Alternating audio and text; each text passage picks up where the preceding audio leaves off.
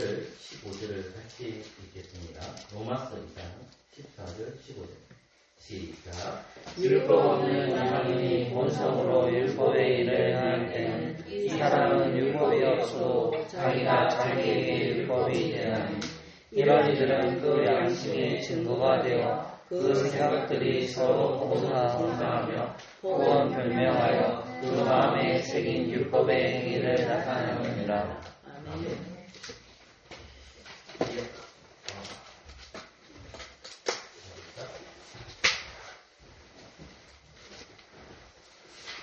죽어볼까요?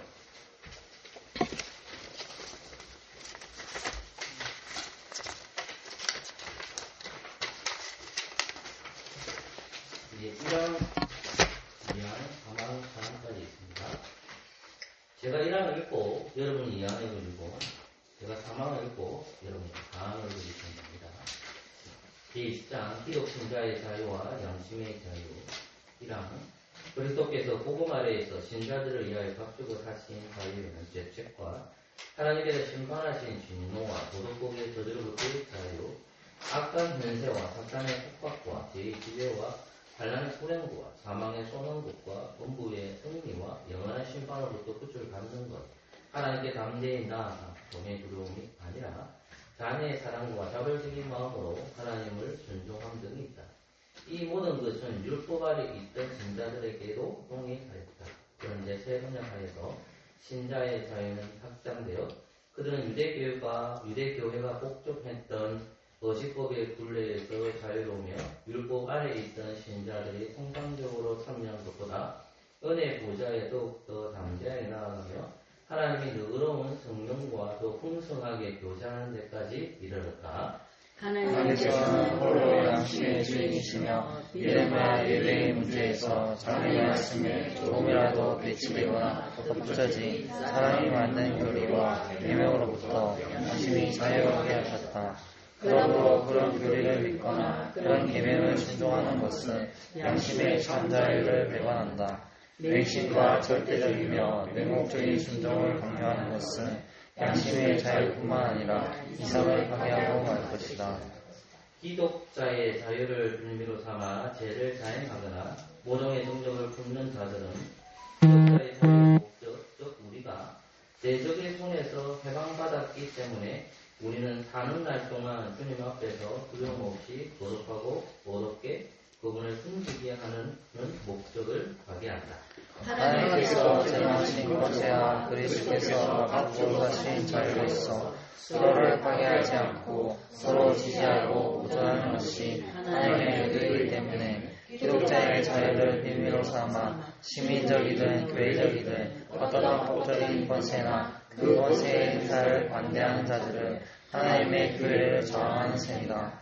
그런 의견들을 발표하거나 그런 행위를 지속하는 것은 본성의 빛, 믿음과 예배와 교제에 대하여 기독교가 밝힌 원리 그리고 경건의 능력과도 배치된다.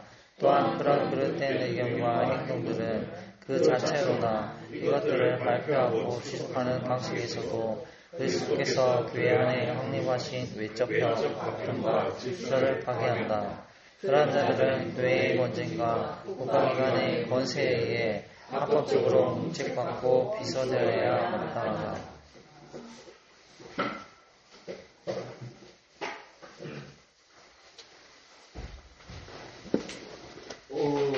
오늘은 상황만 제가 설명하도록 하겠습니다. 그 전에 제가 2월달에 제가 책을 읽으라 했던 게 이 책이거든요. 이 책을 제가 읽으라고 했고 3월에는 이 책을 제가 읽으라고 했는데 쉬운 것은 이 책이 좀 쉽고요. 하고 이 책은 좀 딱딱합니다. 딱딱한데 조금은 제가 5분 정도만 읽고 설명해 주면 첫 번째 은약이라는 책이랑 그렇고 계약신학과 그리스도라는 책을 읽어보시면 이쪽은 이제 스브라는 목사님이시고 팔문 로버스 목사님이신데 이 책이 먼저 번역이 됐고 나중에 이 책이 나와요.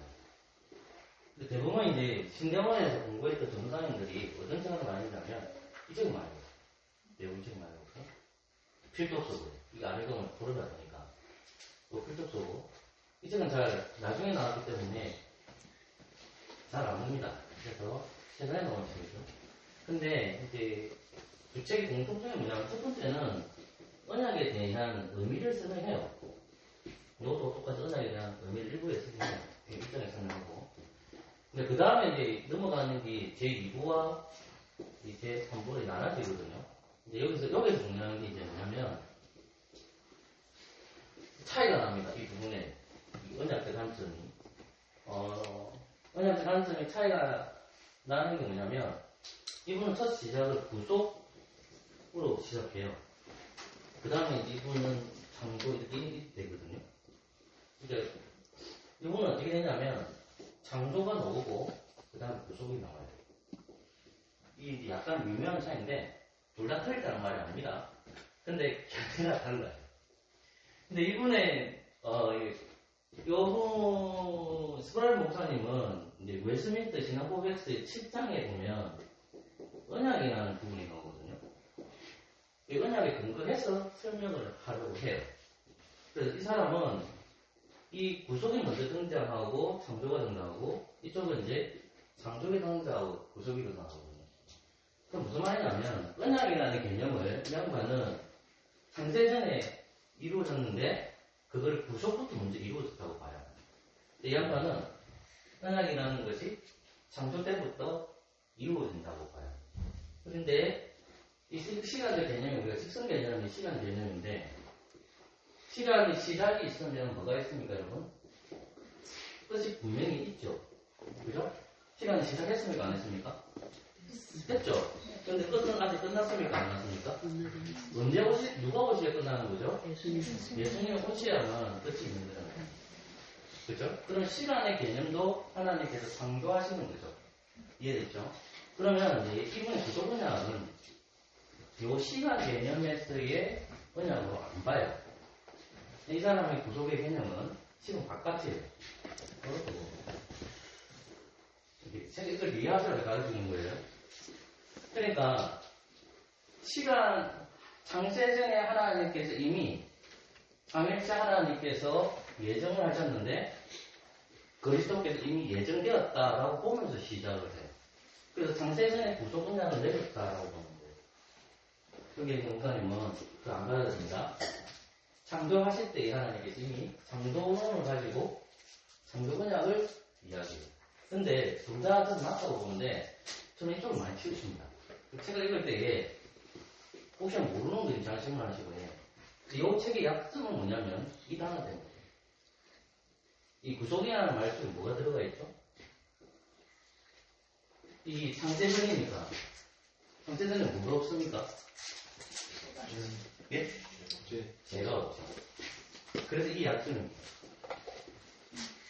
그러니까 이제 이 단어를 쓸 수가 참 애매한 거예요. 근데 이분은 그거 안고 설명해요. 그래서 엄청나게 이거 동요합니다. 이 단어 쓸 수 없지 않냐. 그럼 이분이 이제 근거구조는 에베소서 1장입니다. 예수님 언제 예정받았나요? 예수님께서 언제 이 땅에 오실 것에 대해서 예정되었느냐 질문을 던져요. 그게 뭐냐면 창세전이라고 얘기하거든요. 그러면서 풀어요. 그래서 예정은 창세전에 이루어졌는데 예정을 이루시는 방법은 시간 안에 이루어요. 예정을 이루시는 방법. 시간 개념이에요. 예정은 창세전에 이루어진 거예요. 예정을 이루시는 방법은 시간 개념이라고 말입니다. 근데 이분은 구속을 죄라는 말이 약점은 있지만 에베소서 1장에 근거해서 이 단어를 사용하고 있습니다. 어떤 단어를 사용해야 될지 목회자들도 신학자도 헷갈리거든요. 그래서 두 가지가 이렇게 좀 신학적 논쟁하고 있는데 요래가도 구원받고요. 요래가도 구원받을 수 있습니다. 책을 읽을 때에 이 책은 요 관점에서 책을 쓰고 있는 거고 이 책은 이 관점에서 책을 쓰고 있습니다. 그래서 이 사람은 구속이라는 단어가 당연히 창조 뒤에 나오거든요. 왜? 죄 짓고 나서 반드시 누가 구속해줘야 됩니까? 예수님이 구속해주기 때문에. 약점이. 그럼 예수님 언제 예정됐죠? 죄 짓고 나서 예정됐다. 이 약점이 있잖아요. 그러니까 두 개가 부딪히는 건 아닌데 이 책을 읽을 때는 이 관점에서 보고 이 책은 보되, 이 책은 제가 아무것도 아무 말 안 할게요. 일단 두꺼워요. 그래서 재미가 없습니다. 그리고 두껍고, 저는 몇 번 봤고요. 이 책은 얇아요. 이해가 잘 됩니다. 설명도 쉽게 해놨습니다. 그래서 시간이 나시면 이 책은 꼭 한번 읽어봐주면 좋겠고, 읽어보라는 이유가 그래야 제 설교가 더 잘 이해가 됩니다. 그래서 이분의 영향을 좀 많이 받았기 때문에 이 책을 좀 하시면 좋겠고요. 한수는 저하고 주일날에 공부를 하는데 이제 오후 처음 다 끝마치고 나면 40분, 4시 반쯤 되지 않습니까? 그럼 한수 나오는데 보통이 그렇죠. 한번 다 가는데 자기는 이제 여기 혼자 남아있으니까. 근데 그래도 공부를 해야 되기 때문에 만약 주일날 공부를 못하면 제가 평일날에 날 잡아놓고 공부를 시킵니다. 그래서 한 30분에서 40분 내용을 아셔야 되잖아요, 여러분들요. 이 책을 합니다. 성경을 아는 지식이거든요. 이 책도 스프라를 못하십니다. 이 책은 이제 왜 성경을 읽어야 되는 이분의 견해는 뭐냐면요. 성경은 공부다. 공부 안 하면 성경을 알 수가 없다는 거거든요. 그래서 한수와 같이 30분, 40분 정도 이 책으로 공부하고 있고, 동현이하고 이제 은정이 같은 경우에는 동현이 수요일하고 은정이는 수요일날 끝마치고 하는데 30분 정도 하죠. 그거는 이제 다짜고짜라는 이성훈 목사님 책을 합니다. 그 이성훈 목사님이 책은 기본적인 교리가 다 체계가 잘 잡혀 있습니다. 그래서 이제 사회 참여 부분에는 저하고 좀 경향이 다르더라고요. 그래서 강력하게 주장하고 있었는데 저는 조금 견해가 참 다른 견해라서 그 부분은 여러 가지 해석이 필요할 것 같고요. 그 책으로 원정이하고 수요일날 친구들 교제할 동안에 한 20, 30분 정도 공부하고 있으니까 제가 왜 이렇게 꼼꼼하게 얘기해주냐면 무슨 내용 공부하고 있는지 알아야 되기 때문에 그렇습니다. 오늘 초등학교 학생들은 하나님이 전능한 시행을 공부했거든요. 초등부는. 그리고 중등부하고 고등부는 십계명의 연속성에 대해서 공부를 했습니다. 그래서 생각나실 때마다 여기서 기대해 주시면 되겠습니다. 질문 있습니까? 오늘 설계에 질문 있습니까? 없지요? 예. 그럼 바로 들어갈게요. 3번 봅시다. 같이 한번 읽을까요? 시작. 기독자의 자유를 징표로 삼아 죄를 자행하거나 모종의 종교를 품는 자들은 기독자의 자유의 목적, 즉 우리가 대표의 선서가 받았기 때문에 우리 사는 날 동안 주님 앞에서 두려움 없이 거룩하고 이렇게 그분을 섬기게 하는 목적을 발휘한다. 감사합니다. 1학년을 보시면 제가 설명하는 것이 그리스도인의 자유에 대해서 설명하고 있습니다. 그리고 2학은 뭐냐면 그리스도인의 자유를 설명하고 나서 그 다음에 양심의 자유를 말합니다. 그리스도인의 자유라는 것은 하나님의 언약 안에서의 자유고 삼일째 하나님에서의 자유입니다. 그것을 벗어난 자유를 말하지 않습니다. 그래서 1항에 대한 설명이고요. 두 번째는 뭐냐면 양심의 자유거든요. 이 양심의 자유는 결사적으로 약간 설명하고 성경을 가지고 여러분들한테 설명해서 이 양심의 자유는 뭔지 여러분들한테 이야기를 했습니다. 오늘은 세 번째입니다. 그러면 그리스도인의 자유의 목적이 뭐냐? 이 사망에 대한 설명이거든요. 그리고 4항이 뭐냐면 이 그리스도인의 자유의 제한성에 대해 설명하고 있습니다. 그러면 오늘 조금 전에 읽었던 그 자유의 목적을 이제 살펴보려고 합니다. 보통 보면 이제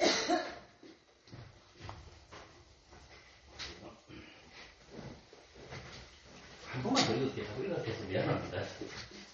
한 번만 더 읽겠습니다. 시작.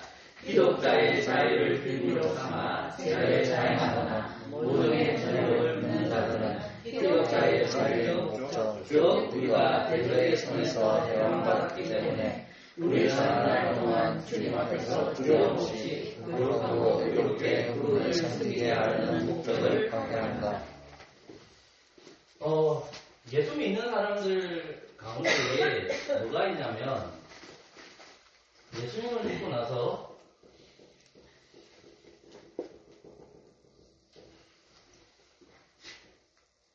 성령님의 다스림을 받죠. 성령님을 다스림을 받는데 똑같이 성령님을 다스릴 받지만 우리에게 뭐가 있죠? 육체의 소유욕이 있죠. 또는 육체의 정욕이 있죠. 예수님을 믿고 나서도 우리에게 작동되는 게 뭐냐면 성령님의 다스림도 우리가 받지만 동시다발적으로 뭘 받을까요? 이것도 같이 있는 겁니다. 우리가 생각할 때 예수님을 믿으면 욕이 없다고 생각하시는 분은 안 그렇습니다. 여러분들이 사도 바울 서신서를 보면 성령님이 우리 안에 거하시지만 여전히 우리가 뭐가 있죠?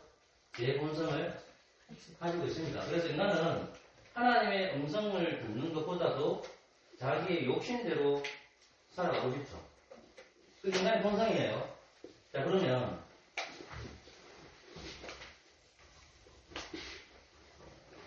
시간 개념 안에서 보십시다. 제가 38살 때에 목사가 되었습니다. 근데 지금 제 나이가 51살이거든요. 그러면 하나님께서 보십시오.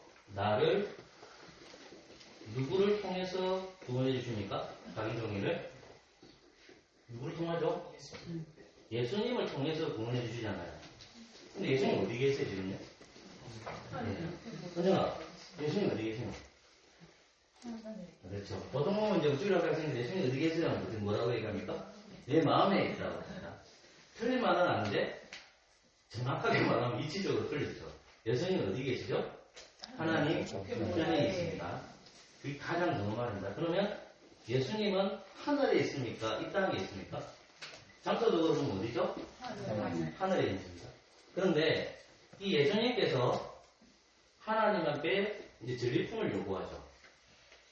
자, 이스라엘 백성들이 애굽에서 나옵니다.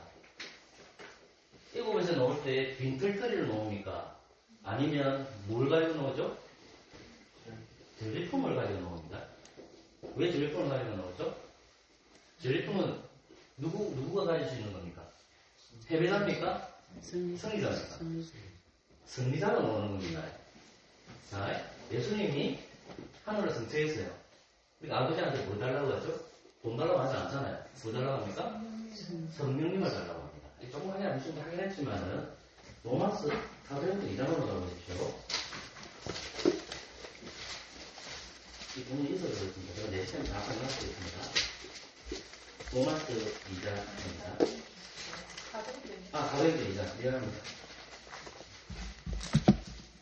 32절, 34절은 누가 읽어볼까요? 예. 이 예수를 하나님의 삼으시는지라 우리가 다행히 되시느니라. 하나님의 오른손으로 예수를 내시시네 그가 약속하신 성령을 아버지께 받아서 너희 보고 주신 이것을 부어주셨느니라. 아멘. 자, 33절. 하나님이 오른손으로 예수를 높였죠. 왼손입니까? 오른손입니까? 오른손. 예수님이 하나님께서 오른손을 높여줬다는 것은 하나님 영이신데 보입니까? 보이지 않습니까?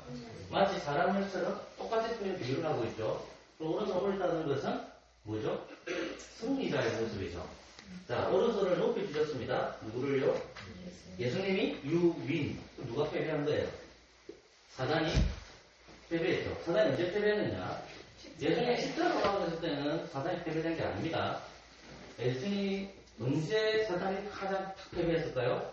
물론 십자가로 승리했다는 말은 나오지만 근본적으로 누가 부활해야 되는 거죠? 예수님이 부활하셔야 됩니다. 예수님이 부활하셨을 때에 십자가의 승리가 주어지는 거죠. 그 십자가에 가지고 있는 비밀이라는 말입니다. 그런데 예수님이 40일 동안에 자기 부활을 가르치시고 어디 올라가시죠? 하늘로 올라가셨죠. 그리고 난 다음에 아버지한테 절금 달라고 하죠. 그게 뭡니까? 성령님입니다. 성령님은 어떻게 하셨죠? 이 땅에 쭉 내려준 거예요. 내려준 거예요. 교회가 이 땅에 뭐가 충만하게 된 겁니까? 성령 충만한 상태라는 승리자가 됐기 때문에.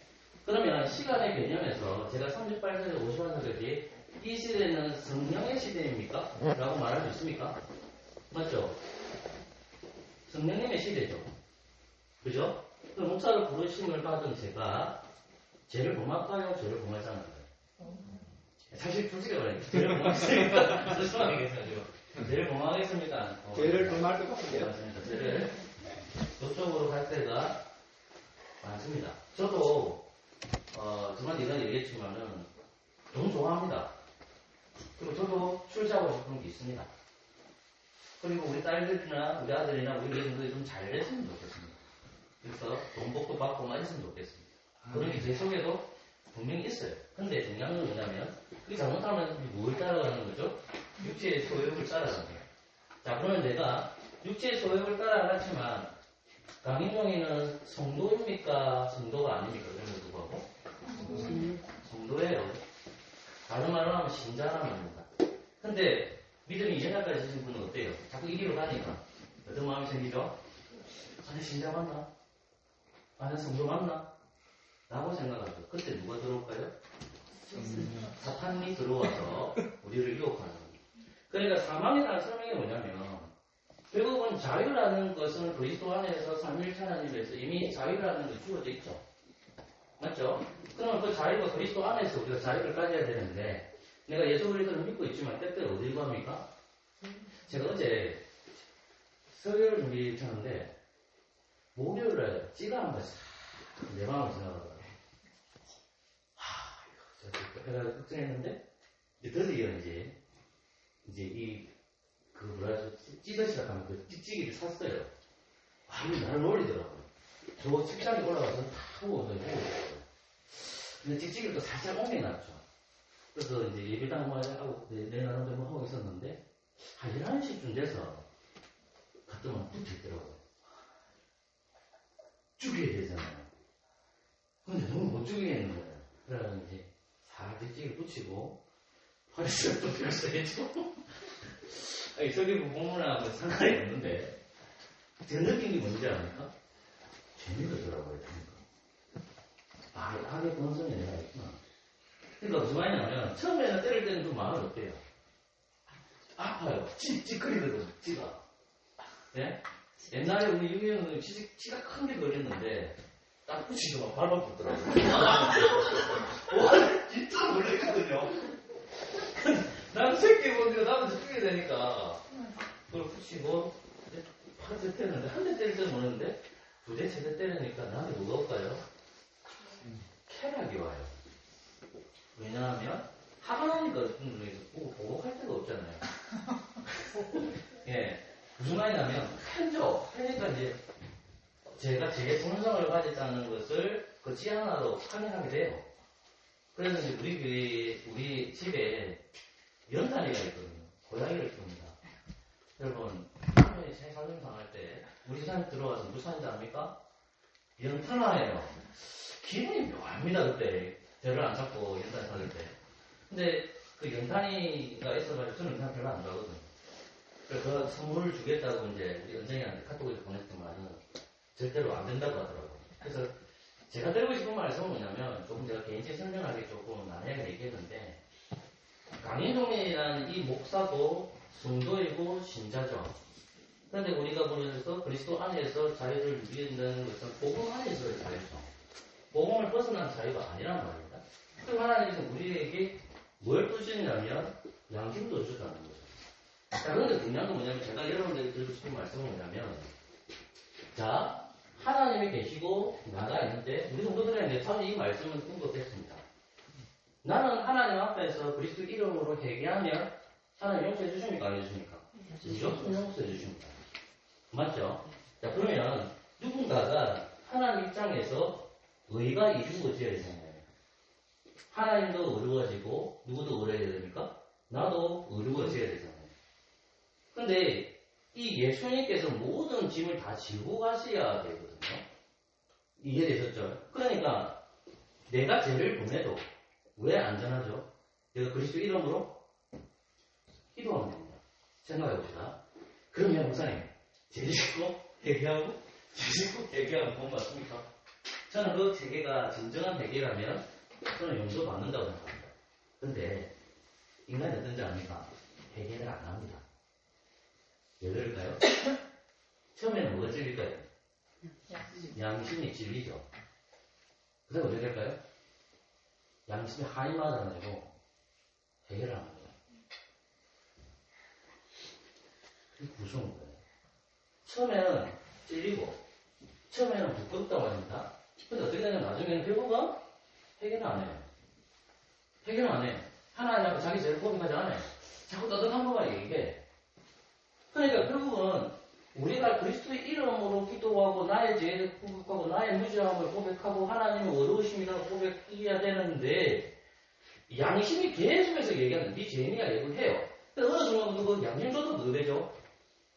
나한테 아무 말을 안 해.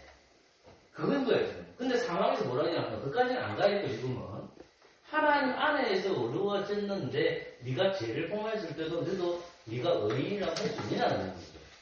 의인을 할 수 있을까 없을까요? 하나님 안에서 가능하다는 말씀입니다. 로마서 9장 같이 들어가겠습니다. 1장으로 가보십시오. 17절 우리 다음을 진행해볼까요? 오해는 하나님을 사랑하사 믿음으로 믿음에 이르려 하나님이 기록된 바와 같은 믿음으로 말미암아 살게 한것 같습니다. 네. 루터가 이 구절을 받고 오직 믿음으로 된다는 것을 확인하게 되거든요. 근데 보면 하나님 의가 나타났다 했죠. 이 의가 뭐냐 했을 때 우리 먼저 한번 봅시다. 로마서 3장으로 가보십시오. 21절, 22절 김경진 공무원 읽어보실래요?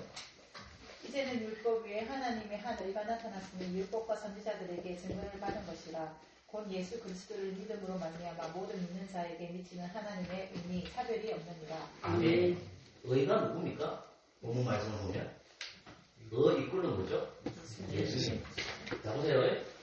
예수님이 하나님도 정의롭고 공의롭게 만들어야 되고 이 땅에 예수 믿는 주의 백성들은 뭘 만들어야 되죠? 의인으로 만들어줘야 되잖아요. 그러면 예수님께서 무엇을 이루시면 됩니까? 의를 이루면 되죠. 하나님 뜻을 이루어주시면 의가 이루어지잖아요. 자, 그러니까 우리가 예수 그리스도 이름으로 기도하는 것은 우리가 죄인이지만 그리스도의 이름으로 기도할 때 우리는 구원받을 수 있다 없다? 당연히 있는 겁니다. 제발 부탁인데요. 이 말을 오해할지 모르지만 김일성이 만약에 회개하면 구원받을 수 있을 것 같습니까? 김정일이 회개하면 구원 못 받을까요? 못 돌아가셨습니까? 구원받을 수 있겠죠. 구원받을 수 있다는 말이에요. 제 말이에요. 쉽게 얘기해서 그런 거예요. 그러니까 아무리 죄인이라도 진짜 진정한 회개를 생각하면 그 사람은 구원받을 수 있다라는, 물론 법적인 문제, 사회적 법적 문제는 그걸 치료해야 되겠지만 하나님 법정에서는 그리스도의 이름으로 용서함을 받습니다. 그런데 여러분, 그게 성경적으로 맞는데 원수가 교회에 오면 힘듭니다. 그 원수가 배워야 돼. 그러나 그리스도의 의가 차별이 없으니까 하나님의 나라를 향해서 육신의 정의로 살아가지 마시고 성령님께서 말씀하신 그 뜻대로 살아가시는 저와 여러분 됐습니다. 고맙습니다. 다음에 장안을 기도하겠습니다. 아버지 하나님 고맙습니다. 하나님 뜻대로 살아가도록 인도하여 주시고 주님 나라를 세워갈 수 있도록 은혜를 베풀어 주시옵소서. 예수의 이름으로 기도합니다. 아멘.